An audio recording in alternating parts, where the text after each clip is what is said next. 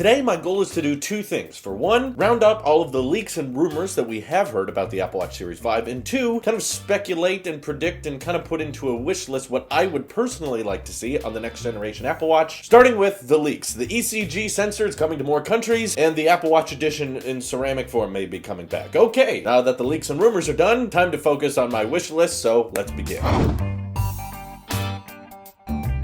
And yeah, by the way, as I suggested at the beginning of this video, there have not been that many leaks or rumors about the Series 5 at all, and rightfully so. The Apple Watch, for the most part, has done a pretty good job of keeping things internal. Before it was even unveiled, I was still following tech at the time, and I remember that literally no one got it right. A lot of us had predictions, and we were guessing what Apple's wearable would look like, and luckily we didn't get to see that design, we didn't get to see that iconic look until Tim Cook announced it there on stage. So it's not exactly the same as iPhone leaks, where it's very hard to let information slip by people and have it go unnoticed, because most of the time we hear a lot about iPhone leaks right before they happen. And there was that major Series 4 leak 2 weeks before it was unveiled last year, but other than that, they usually keep it all on the down low. And yeah, those two leaks we do know of are from Ming-Chi Kuo, who again is claiming they will bring back the Apple Watch Edition line this year, which is a Apple Watch line made of ceramic material instead of aluminum or stainless steel, which is a very durable material but also very light. The stainless steel watches, they look cool, but they are quite heavier, and ceramic is lighter, but it usually makes the Apple Watch quite a bit more expensive, and given the Series 4 was already getting more expensive, maybe that's why they decided to not do it last year. But personally, I'm okay with the return of the Apple Watch Edition, because for one thing, that could hopefully mean that the entire price of the either Series 4 or Series 5 can move down a little bit, because there were a lot of people even today on Twitter that were telling me that in regards to hardware and design, the Apple Watch Series 4 is perfect. It doesn't need to be changed in regards to hardware. People just have software questions about it. And how often do you ever hear that about an Apple product? People saying that it doesn't need hardware changes, or people saying that it's a perfect design or they don't want anything changed? That's rare, and I'm not saying that it is a perfect design. No